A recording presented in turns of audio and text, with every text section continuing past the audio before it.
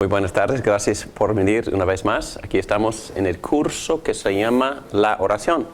Y esta noche vamos a meternos más profundamente en no solo el significado de la oración, pero vamos a tratar de definirla esta noche. Muy bien, vamos a orar. Gracias, Padre, por invitarnos a participar en tu divinidad.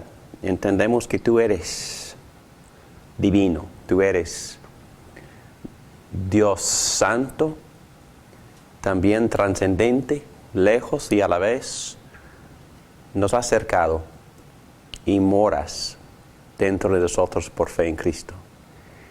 Gracias por este tema que estamos estudiando, el tema de la oración, comunicación contigo, conversación contigo. Te confesamos que en verdad sabemos muy poco de este tema y lo practicamos menos.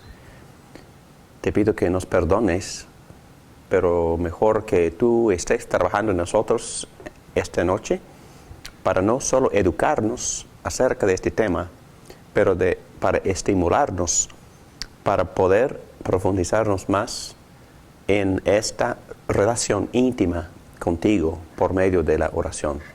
Ayúdame por favor a enseñar, lléname por el Espíritu, para poder enseñar con claridad estos conceptos, ponerlos en práctica en mi propia vida y también que nos animemos los unos a los otros a hacer lo mismo. En el nombre y para la gloria de Cristo te lo pedimos todo esto.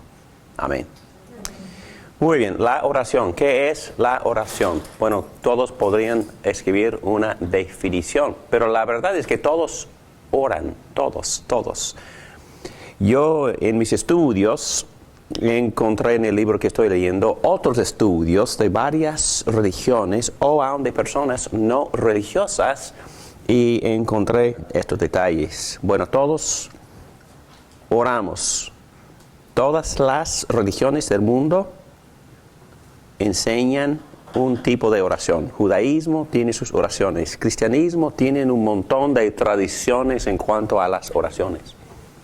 Algunas personas o iglesias oran espontáneamente y oran a veces con frases repetidas.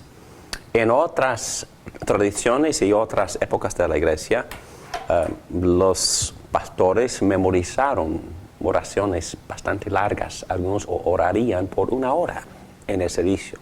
Yo he estado presente en un servicio donde un hombre, un anciano, que había memorizado mucho en su vida, él recitó casi toda la confesión de fe Westminster en una oración, capítulo por capítulo, alabando a Dios por todo el contenido teológico de esos capítulos. Y no critico eso tampoco, porque hay muchos tipos de oración. Otros oran por puro pensar, otros oran por tranquilizarse nada más y no hablan. Entonces hay muchas clases de oración. Los musulmanes tienen sus rituales de oración. Hinduismo también tienen varios dioses y tienen oraciones dirigiéndose a muchos dioses. Pero también lo interesante es que los no religiosos también oran. Oran mucho. Y yo juego básquetbol los sábados con los muchachos y no sé por qué, pero sí sé por qué, pero están orando constantemente. Están gritando a Jesucristo, están gritando a Dios, están pidiendo a Dios que Él condene a varias personas y oran mucho. Y yo les digo, no sabía que te gustaba orar tanto, porque has estado orando por toda hora en que hemos estado jugando básquet. Por supuesto, estoy jugando con ellos, pero la verdad es que los no religiosos también en momentos de crisis oran. Los ateos también. 17% de los no religiosos oran muy a menudo. 30% de los ateos dicen que oran de vez en cuando. Vamos a ver por qué. las personas mayores. Las personas mayores dicen que oran más, más y más. ¿Y por qué? Bueno, sabemos por qué, ¿verdad? Porque vienen las pruebas, las enfermedades, la vejez, y vienen la puerta, ¿verdad? La muerte. Y entonces oramos más que nunca. Y así es. Pero también hay muchos tipos de oración mística. Vamos a hablar, ya hemos hablado un poquito de esto, pero voy a hablar otra vez de la forma mística y de la forma profética. Ustedes saben la diferencia, ¿verdad? La forma mística mira hacia adentro.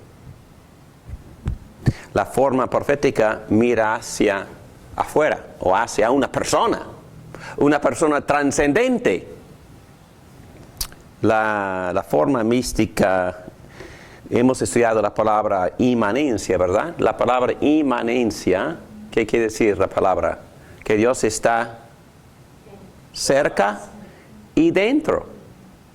Y aun Cristo dijo, el reino de Dios está aquí, pero está entre ustedes, y otra traducción dice está en ustedes o con ustedes, pero hay varias traducciones, pero aquí está cerca de ese punto. Y también a la persona que le gusta orar místicamente, esa persona no tiene un concepto muy distinto entre Dios como persona y sí misma. Está orando, o esa distinción está borrosa, entonces casi no existe. La oración mística busca la tranquilidad interior, busca la paz. El enfoque es hacia adentro y sobre todo busca la unidad con la totalidad de las cosas, ¿verdad? La unidad con el universo. Están tratando de borrar la distinción entre Dios como persona y yo como otra entidad distinta. No, ven el universo como uno. Entonces la meta de oración es entrar en la gran unidad de todo, hasta negar la personalidad de uno mismo. Y esa es la meta de budismo y de hinduismo. Entonces estamos hablando de un tipo de oración que se llama mística. Pero en contraste, el tipo profético enfatiza más la trascendencia y no la inmanencia. ¿Cuál es la trascendencia de Dios? Dios está por encima, está lejos. Está separado de todo lo creado, está exaltado, está más allá, trascendente. Y es una persona distinta, pero sumamente distinta. Es una persona santa, pura, perfecta, limpia, exaltada, todopoderosa, trascendencia. Y en la oración profética busca a Dios como persona y le pide que trabaje. Es decir, la oración profética está buscando que Dios haga algo. Entonces, en contraste, la persona mística casi no usa palabras, es que no necesita usar palabras porque está tratando de desaparecerse casi, o de ser absorbida en la gran unidad de todo, entonces, y perder su propia personalidad. Y por eso medita, contempla, se tranquiliza, y casi no piensa y menos habla. Pero la persona profética habla mucho, porque grita, pide, adora y quiere que Dios preste atención, por favor, que haga algo. ¿Ven el contraste? Muy bien. Entonces, ¿cuál es la correcta? ¿Cuál es la bíblica? Y Marcelo, la respuesta es sí. Entonces, la Biblia enseña una forma de las dos cosas. Y por eso la C dice la oración mística profética. nosotros debemos de cultivar bíblicamente, voy a enfatizar bíblicamente, porque por supuesto hay expresiones de oración mística que no son bíblicas y también hay formas de oración profética que no son bíblicas tampoco. Un ejemplo de la oración mística es Salmo 27, el versículo 4, donde dice: una sola cosa le pido al Señor, y es lo único que persigo, habitar en la casa del Señor todos los días de mi vida para contemplar la hermosura del Señor. Entonces, ¿está hablando esta persona? ¿Está hablando en voz alta? No dice que esté hablando, a lo mejor está meditando, ¿verdad? Está contemplando. Nosotros contemplamos a veces en nuestras oraciones sin hablar. Contemplamos la hermosura, la grandeza, el amor. Sí, yo creo que sí. Salmo 63, 1 a 3 es hermoso. Oh Dios, tú eres mi Dios, yo te busco intensamente, mi alma tiene sed de ti, todo mi ser te anhela, cual tierra seca, extenuada y sedienta. Te he visto en el santuario y he contemplado tu poder y tu gloria. Tu amor es mejor que la vida, por eso mis labios te alabarán.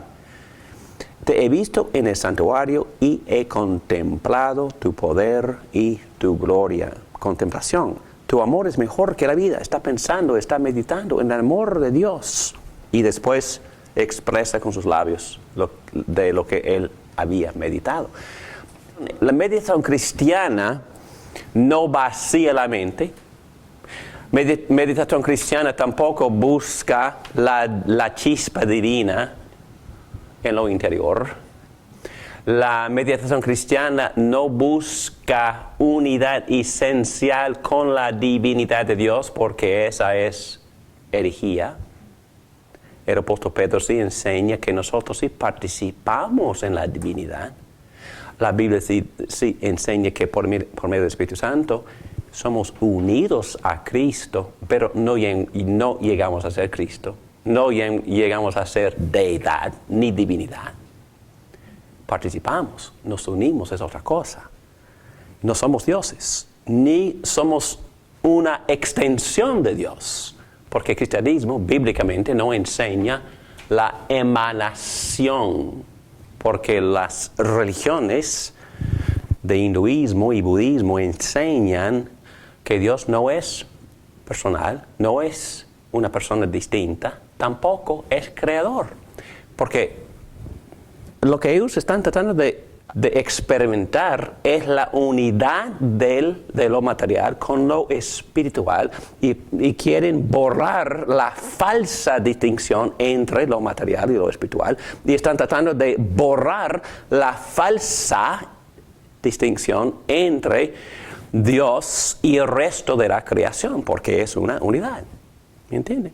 Entonces, meditar para ellos es entrar en esa unidad. Meditar para el cristiano es enfatizar aún más la trascendencia y la distinción de que Dios es una persona distinta y santa y gloriosa, pero también amorosa y emanente, porque ese Dios se ha acercado, ha venido en la providencia porque es un Dios omnipresente, está en todos lados. Ha venido específicamente en la persona de Jesucristo para poder revelarse y para ser tocado. Entonces la gente, los discípulos y las demás personas sí tocaban a Jesucristo. Y el Espíritu Santo también viene, el Espíritu de Cristo, para morar, ¿dónde? Dentro de nosotros, pero no para hacernos dioses, ni para que nosotros lleguemos a ser divinos. Esta distinción, a pesar de la unidad con Dios, nunca desaparece. Dios es una persona distinta. Nosotros también somos personas distintas y somos de esencia diferentes y distintas. Cuando nosotros meditamos, estamos meditando en esas verdades. No estamos vaciando la mente, estamos meditando, pero siempre estamos meditando en un Dios que es distinto y diferente a nosotros. Colosenses 1:27 dice, a estos Dios se propuso dar a conocer cuál es la gloriosa riqueza de este misterio entre las naciones, que es Cristo en ustedes. Ahí está la inmanencia, la esperanza de gloria. Pero Salmo 131 también es muy bonito. He calmado y aquietado mis ansias. Soy como un niño recién amamantado en el regazo de su madre. Mi alma es como un niño recién amamantado. Bueno, muy cariñoso, ¿verdad? Muy precioso, muy íntimo, hasta muy místico, ¿no? Entonces, la oración cristiana es mística, es íntima, es contemplativa y a la vez es trascendente, porque Dios es una persona distinta y meditamos en esa persona tan bella, tan hermosa, y a la vez empezamos a experimentar por dentro la tranquilidad y paz, hasta la felicidad y gozo. Entonces, el cristianismo enseña un balance entre la oración profética, ayúdame, ayúdame, y la oración mística, me tranquilizo en mi Dios. Qué bello, ¿no? Me gusta mucho el cristianismo y me gusta mucho la palabra de Dios y el balance, el equilibrio que ninguna otra religión tiene. Empatiza una exageración en un lado o en el otro, pero el cristianismo tiene este equilibrio perfecto.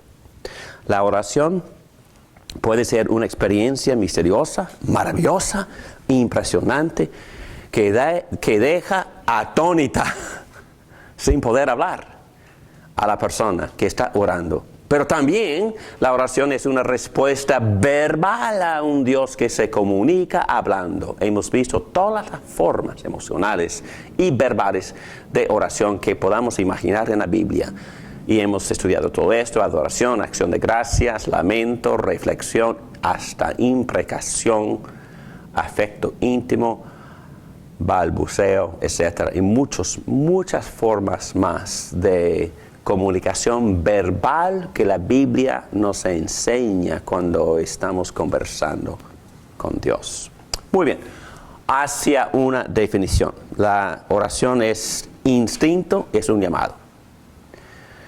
Debido a que los seres humanos son hechos a la imagen de Dios y diseñados para relacionarse con Dios, la oración es un fenómeno universal. Juan Calvino escribió sobre ese sentido de la deidad y se llamaba en latín sensum divinitatis. Y estudiamos eso cuando estudiamos lo que se llama la revelación general, ¿verdad? Y esta enseñanza, si ustedes quieren buscar los textos bíblicos, alguien por favor Romanos 1, 19, 20, y Naidu por favor Salmo 19. Pero la Biblia enseña que nosotros sabemos por instinto que Dios existe. Sabemos muchas cosas de ese Dios.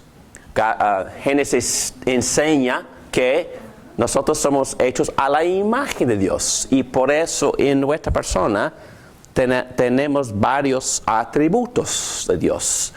Y Romanos enseña que... Me explico.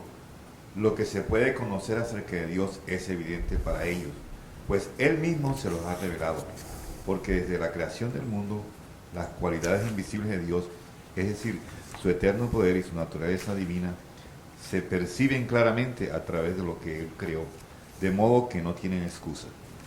Entonces, a una gente no creyente sabe muchísimo de Dios, por instinto, por ser hechos a la imagen de Dios.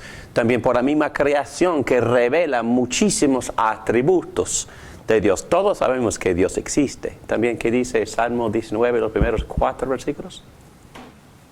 Los cielos cuentan la gloria de Dios, el firmamento proclama la obra de sus manos. Un día comparte al otro la noticia, una noche a la otra se lo hace saber. Sin palabras, sin lenguaje, sin una voz perceptible. Por toda la tierra resuena su eco, sus palabras llegan hasta los confines del mundo. Dios ha plantado en los cielos un pabellón para el sol. Perfecto. Ok, entonces lo que nos enseñan estos versículos es algo muy sencillo, ¿verdad? Que Dios ni tiene que hablar en voz alta, ni tiene que escribir un libro para comunicar o para revelarse. Entonces, en este salmo, ¿cómo comunica Dios? Con la creación. Con la creación. Todo esto nos provoca a orar. Entonces, por eso todo el mundo ora. Todo ser humano ora. Aún los ateos oran. ¿Por qué? Porque son hechos a la imagen de Dios. Y por instinto, en el momento de crisis, o en el momento de enfermedad, o en el momento de prueba, ellos gritan a Dios en busca de ayuda. Todos sabemos que somos débiles. Todos sabemos que somos finitos. Y que necesitamos ayuda de alguien más allá, de un creador. Sabemos que existe un creador. Sabemos que Él es todopoderoso, invisible, sabio. Sabemos muchas cosas sin leer la Biblia o sin pensar muy profundamente de nada. Muy bien. Y por eso decimos que la oración es por instinto. Y Dios contesta. Dios responde por piedad o por misericordia soberana. Como por ejemplo el rey Acab. Cuando Acab escuchó estas palabras, se rasgó las vestiduras y se vistió de luto y ayunó. Dormía vestido así y andaba deprimido. En otras palabras, este rey que no exhibía nada de carácter de un creyente, en un momento de crisis, oró y Dios le contestó. Entonces vamos a ir a una definición precisa. Definición. La oración es una respuesta comunicativa personal al conocimiento de Dios. La oración surge de un sentido de necesidad y de deseo de responder al ser y a la realidad de Dios que sabemos que existe. Pero también la cantidad y precisión de nuestro conocimiento de Dios impacta nuestra oración. A menos que las Escrituras nos informen y corrijan por medio del Espíritu Santo, vamos a formar una idea o muchas ideas de Dios por nuestros deseos e intereses. Ese es un punto muy importante para enfatizar. Es que para poder hablar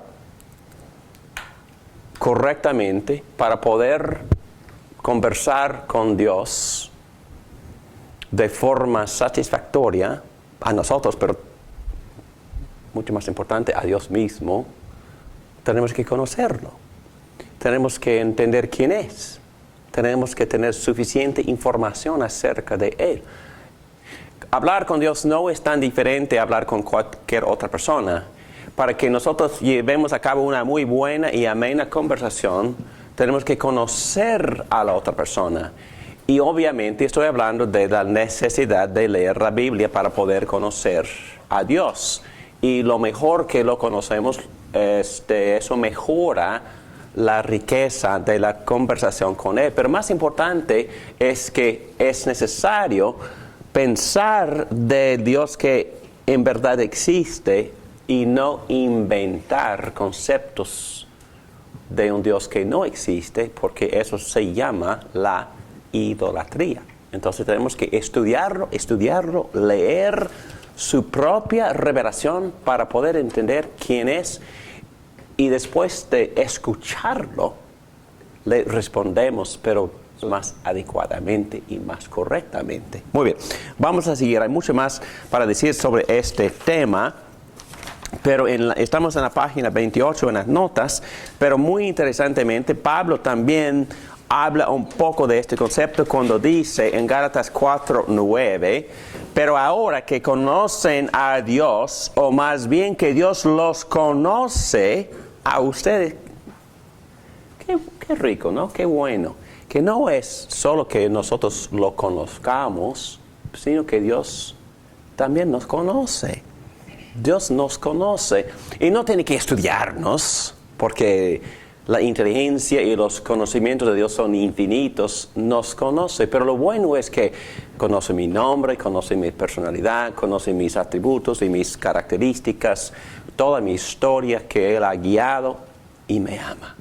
Entonces, Él quiere que yo también lo conozca así. Pero para poder conocerlo, tengo que estudiarlo.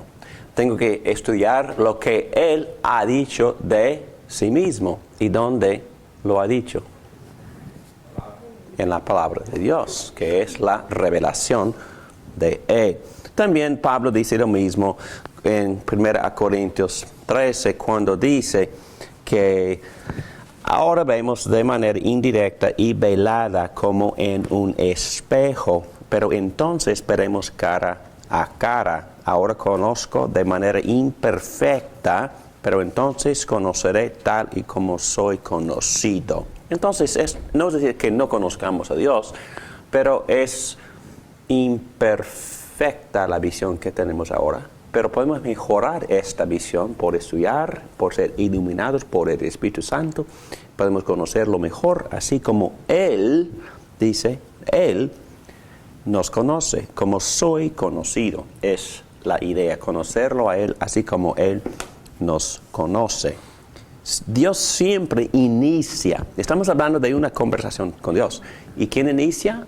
Dios siempre inicia la conversación. Como Naidu ya leyó en Salmo 19, Dios inicia la conversación por crear.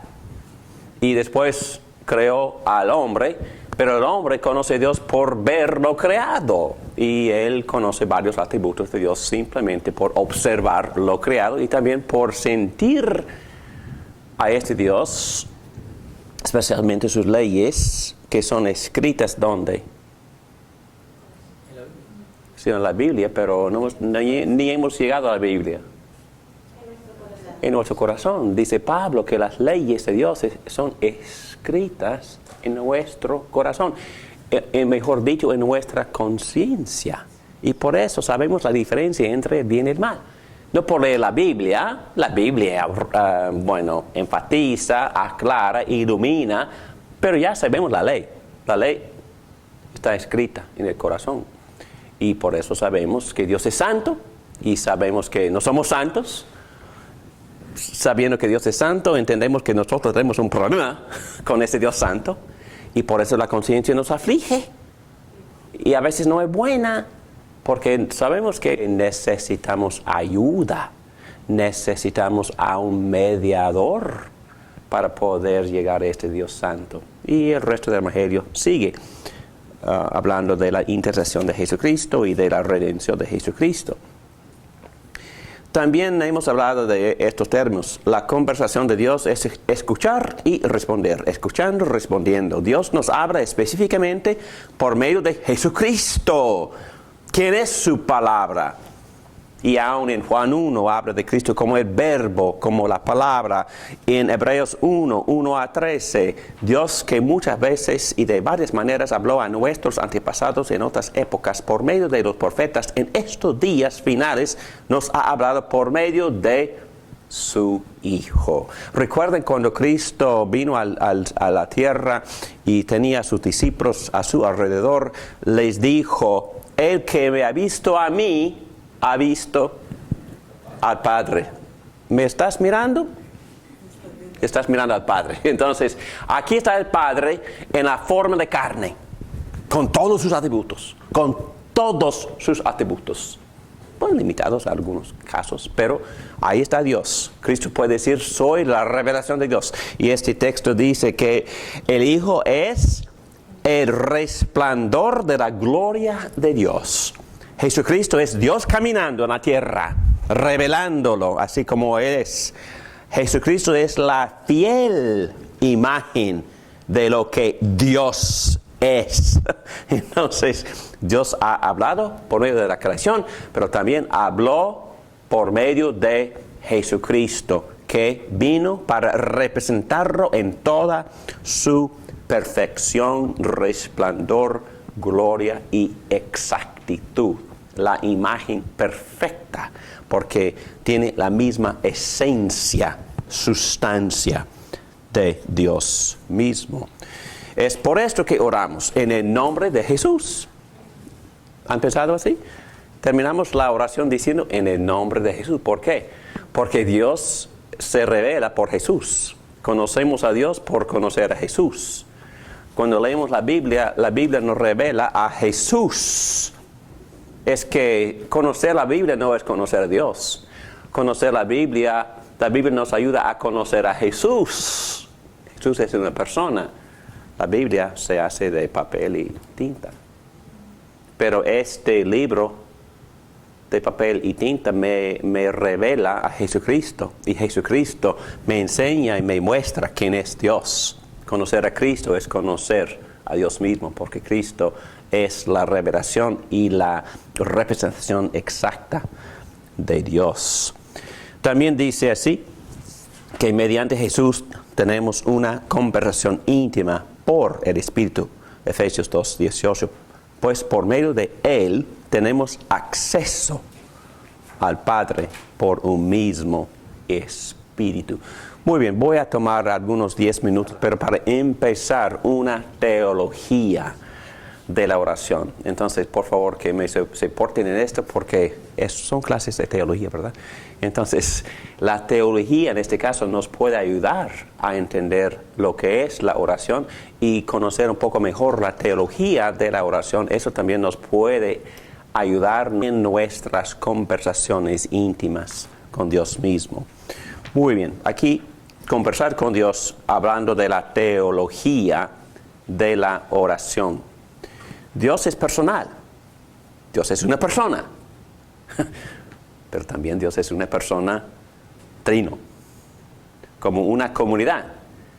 Dios ha hablado desde la eternidad, pero ¿con quién ha estado hablando? Bueno, obviamente los que conocen la teología de la Trinidad entienden que Dios Padre ha estado hablando con el Hijo con el Padre, han estado hablando eternamente con el Espíritu Santo. Las palabras de Dios, según Mateo 24, dicho de Jesucristo, las palabras de Dios son eternas. Las palabras de Dios son palabras de acción.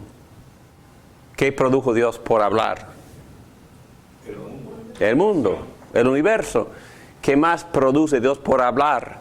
También produce la nueva creación por hablar. ¿Okay? Cuando Dios habla, cuando se predica la palabra, y el Espíritu Santo toma la palabra, Dios también crea vida en personas muertas. Dice los apóstoles en todos lados. Entonces, Dios crea por hablar, Dios recrea por hablar. Es decir, cuando Dios habla y su palabra toca y abre el corazón y resucita a esa persona de la muerte de sus pecados, eso se llama regeneración, eso se llama nuevo nacimiento, nacer de nuevo. Dios crea y recrea por hablar. Pregunta. Dios también trae destrucción al mundo cuando se necesita. ¿Por hablar? Bueno. Yo digo que sí. Claro que sí. Es decir, buen punto teológico. Porque la palabra de Dios es fuerte, es poderoso. Cuando decimos la palabra de Dios, estamos hablando de Dios mismo. La palabra de Dios es palabra de acción. Cuando Dios habla es la misma cosa, Dios está actuando. Cuando Dios dice que sea luz, no está diciendo, voy a fabricar luz, déjeme ver. No, por decirlo aparece luz. Cuando Dios dice que sean animales, por el dicho de abrir la boca y por el aliento pasar por las cuerdas vocales, estoy hablando en términos humanos, los animales aparecen. Entonces, cuando Dios habla, Dios está actuando. La palabra de Dios es acción de Dios. Cuando Dios habla, el universo aparece. Cuando Dios habla, personas muertas resucitan de la muerte de sus pecados y empiezan a vivir para Dios. Entonces, la palabra de Dios es poderosa, sumamente poderosa. Es su presencia activa. en el mundo. Poner nuestra confianza en la palabra de Dios es confiar en Dios mismo. También resistir y desobedecer la palabra de Dios es resistir y desobedecer a Dios mismo. Una ilustración de todo esto. Un niño de 2 años empieza a hablar usando palabras que ha oído decir a sus padres. Bueno, yo tengo nietos que tienen más o menos 2 años de edad y están empezando a hablar. Pero los niños que empiezan a hablar, ¿cuáles palabras usan? ¿De quiénes? De sus padres o las personas a su alrededor. Depende de cómo los adultos le habían hablado. Y somos iguales cuando empezamos a responderle como hijos, como niños, a Dios. Las mejores formas de comunicación de este niño con su padre serían palabras que este niño había escuchado, ¿verdad? ¿De quién? De mi Padre Celestial. ¿Y dónde lo escucho? Acá. Entonces, si lo he escuchado, mis conversaciones van a ser muchísimas más ricas, ¿verdad? Y más satisfactorias, más inteligentes y más cercanas a la verdad de quién es y de quién soy yo. Martín Lutero, para enfatizar lo que dije anterior, advirtiéndonos de la posibilidad de inventar un Dios que no existe por nuestra imaginación, Martín Lutero era firme en que nunca debemos ir más allá de las palabras de Dios en la Biblia, pues no podremos saber con quién estamos conversando. Debemos escuchar primero, dijo Martín Lutero, escuchar la palabra y luego el Espíritu Santo trabaja en nuestros corazones. Trabaja en los corazones de los que quiere y como quiere, pero nunca sin palabra. Entonces Jesús comunica, Dios comunica con palabras y nosotros debemos de orar basado en esas palabras. Tenemos que oír la palabra de Dios para responder a la palabra de Dios, para disfrutar de la riqueza en la oración. Si no escuchamos a Dios en primer lugar, nunca llegaremos a tener las siguientes emociones y patrones de oraciones. Hemos estudiado todos esos patrones, pero es una variedad de respuestas, quejas, citaciones, llamadas, argumentos racionales, pronunciamientos, apelaciones, veredictos de autocondena, lucha, llantos por justicia o de destrucción.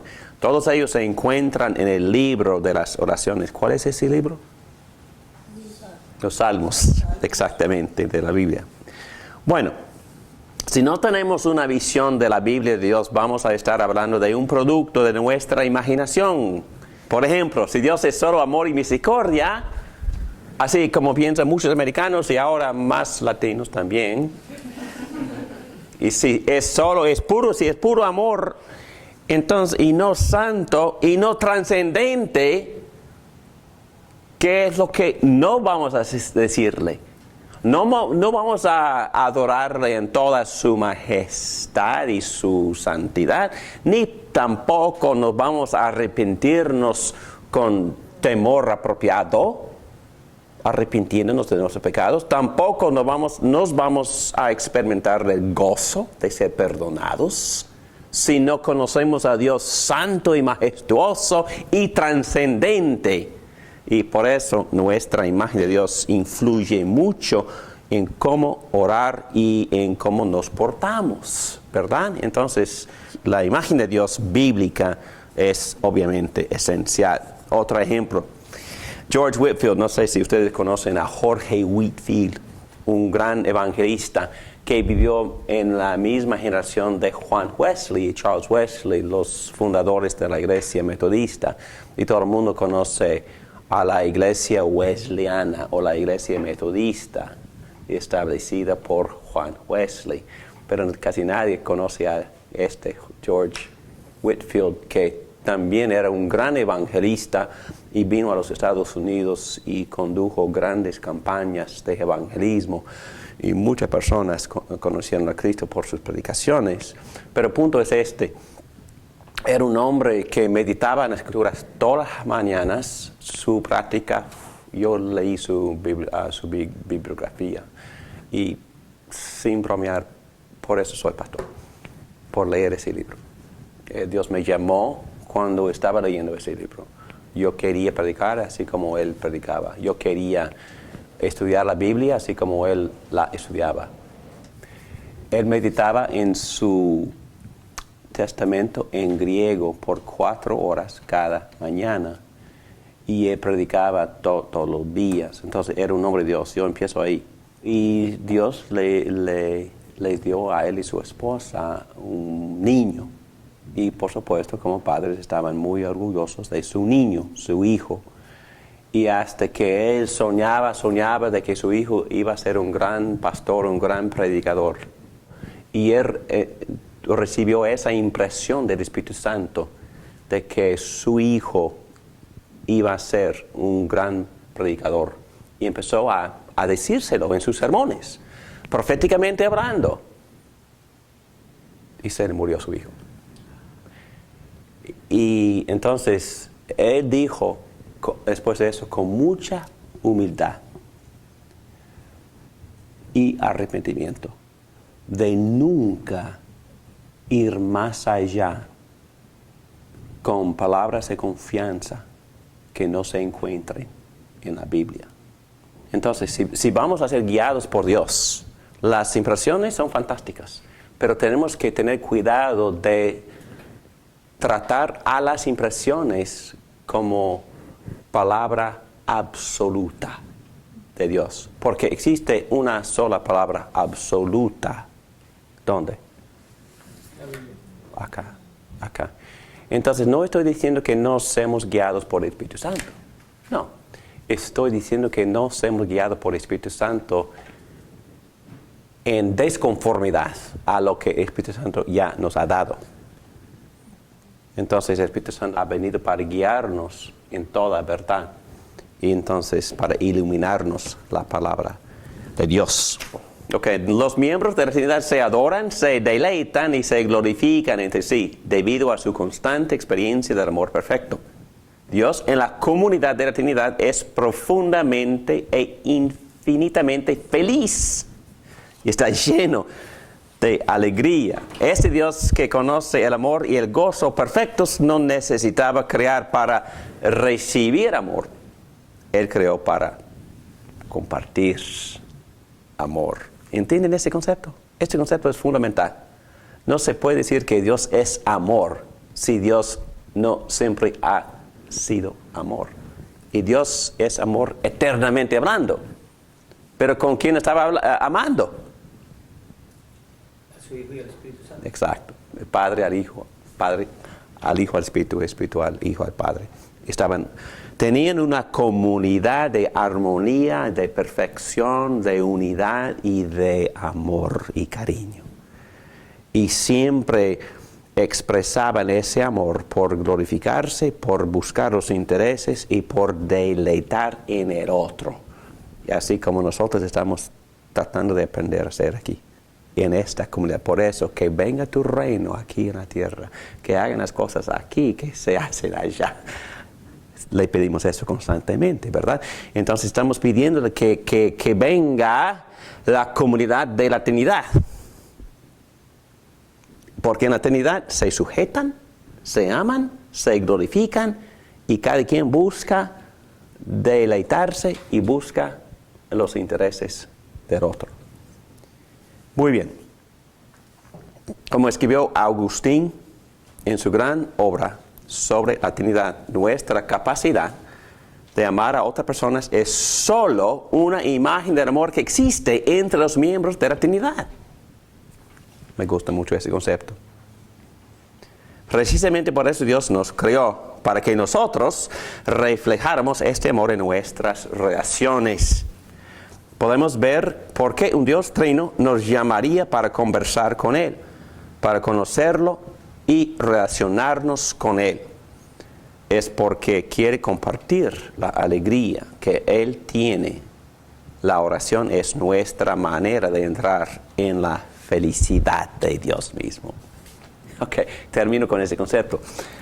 Pero ojalá que ya podamos ver la belleza de la oración. Porque la razón principal por la cual Dios quiere que oremos es para que nosotros entendamos y participemos en la alegría y gozo de su comunidad de amor. Muy interesante, ¿no? Oremos. Padre, gracias por enseñarnos en esta noche un poco más acerca de la oración. Y ahora, mientras ponemos en práctica esta respuesta a tu revelación de ti mismo, enséñanos y ayúdanos por el Espíritu Santo a orar.